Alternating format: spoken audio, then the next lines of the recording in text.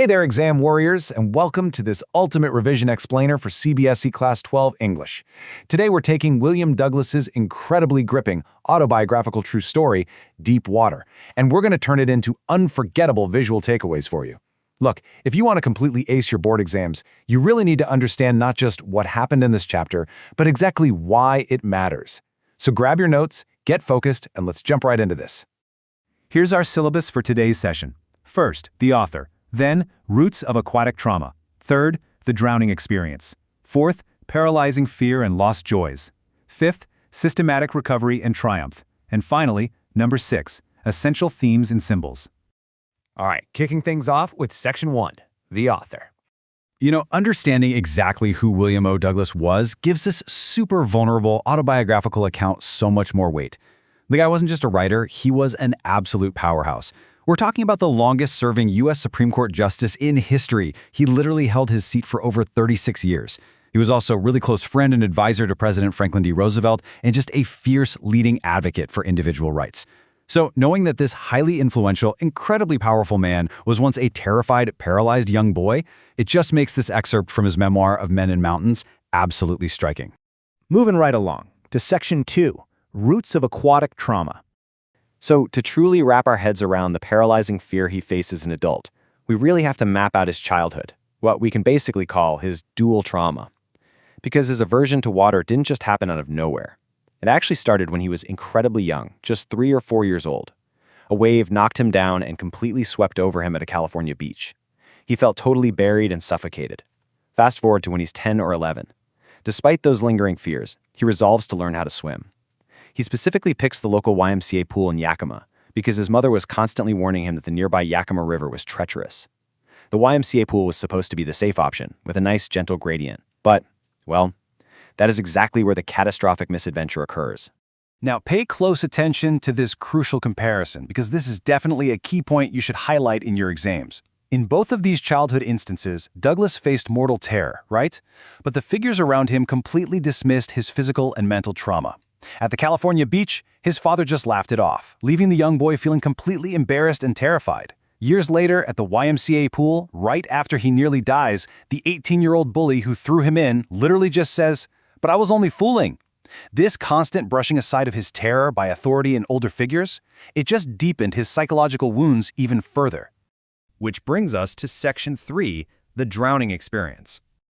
Let's dive directly into the absolute most intense and suspenseful part of this narrative. Picture this. Young Douglas is sitting timidly by the edge of a quiet pool, just waiting for the others to show up. Suddenly, a big bruiser of a boy, this 18-year-old physical specimen, unpredictably tosses young Douglas straight into the 9-foot deep end. Douglas lands in a sitting position and just sinks. Instantly, he's plunged into this stark, suffocating terror, surrounded by nothing but a mass of dirty yellow water. But what's genuinely amazing here, and what you absolutely must remember to write about, is his incredible presence of mind. I mean, despite the sheer overwhelming panic, Douglas doesn't just give up. On his way down, he formulates a calculated, 3-step survival strategy. Step 1, hit the bottom tiles. Step 2, summon every ounce of strength to spring to the surface like a cork. Step 3, lie flat and paddle to the edge. Honestly, it was a brilliant, highly logical plan. But the execution? A totally different story. Those 9 feet felt more like 90. When he finally jumped, he came up agonizingly slowly. He tried this strategy multiple times. His lungs were aching, his head was throbbing, and this rigid, icy fear completely seized him. He was literally shrieking underwater, totally paralyzed. After his desperate, frantic struggles finally stopped, he transitioned into this incredibly peaceful, drowsy state. He basically accepted death. As he beautifully and kind of chillingly writes, "I crossed to oblivion, and the curtain of life fell." Thankfully, he was ultimately rescued and pulled out, waking up vomiting beside the pool. And that leads us to Section 4, Paralyzing Fear and Lost Joys. You see, surviving the physical ordeal was really just the beginning of the struggle. The crucial takeaway here is the psychological aftermath. For days, even the slightest exertion made him sick. But for years, a haunting fear just stayed with him. It became this severe handicap. Whenever he tried to wade into rivers or lakes, the old terror would take possession of him completely. His legs would turn into dead weights, completely paralyzed with icy horror. This wasn't just some minor inconvenience. It literally robbed him of his life's passions. It ruined his trips fishing for landlocked salmon in Maine and trout in Oregon. It completely deprived him of the joy of canoeing, boating, and swimming. He was essentially a prisoner to his own mind. Okay, let's look at Section 5, Systematic Recovery and Triumph. Well, Douglas wasn't going to stay a prisoner forever. Realizing he just couldn't live like this, he made a firm decision one October to hire a professional instructor. And this is fascinating because, directly contrasting the utter chaos of his drowning, his instructor used a highly disciplined, almost scientific method. First, he ensured complete safety by attaching a belt, rope, and pulley system to Douglas, holding onto it as they went back and forth across the pool. Then, he taught him rhythmic breathing, putting his face under and exhaling. Then came weeks of literally just kicking at the side of the pool to command those paralyzed legs. Step by step, over several months, the instructor built a swimmer piece by piece, before finally integrating it all into one fluid motion. By April, the instructor was finished. But, as Douglas himself said, he was not finished. He needed to know for absolutely sure if the terror would return when he was all alone. To conquer those residual doubts, Douglas bravely tested himself on a massive countrywide scale. He started by swimming alone in the YMCA pool. Then, he tackled a grueling 2-mile swim at Lake Wentworth in New Hampshire. And you know what?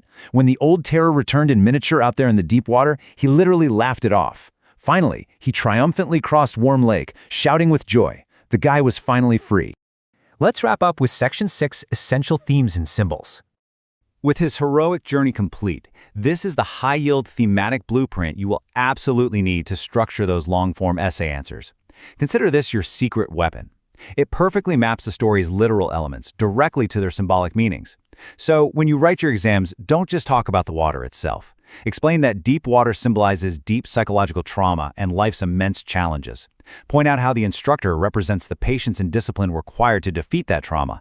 The belt and the rope? They're symbols of the support systems we all need while we're rebuilding our confidence. And the natural lakes and rivers represent those independent, real-world challenges where we actually test our newfound freedom. Building right on that. Remember these core themes for your character sketches and value-based questions. The text proves time and time again that fear can become vastly more powerful than the actual event that caused it. But Douglas shows us that courage isn't the absence of fear. It's the sheer determination to act despite it. The instructor was vital, sure, but external help only gets you so far. Inner determination and immense perseverance are what truly liberate you from your own psychological barriers. Douglas masterfully concludes his memoir by echoing his good friend, President Franklin D. Roosevelt. Having experienced both the physical sensation of dying and the sheer terror that the fear of death can produce, Douglas realized a really profound truth. In death, there is peace. The only real terror lies in the fear of death itself. Conquering that specific fear gave him this intense, unstoppable will to live and a boundless sense of freedom. So as you wrap up your exam revision with this explainer, I want to leave you with a final thought that goes way beyond the textbook. We all face our own paralyzing moments. What is the deep water in your own life right now? And more importantly, taking a page out of William Douglas's book, how are you going to systematically find the determination to conquer it? Keep that in the back of your mind as you study. Good luck with your revision and keep pushing forward.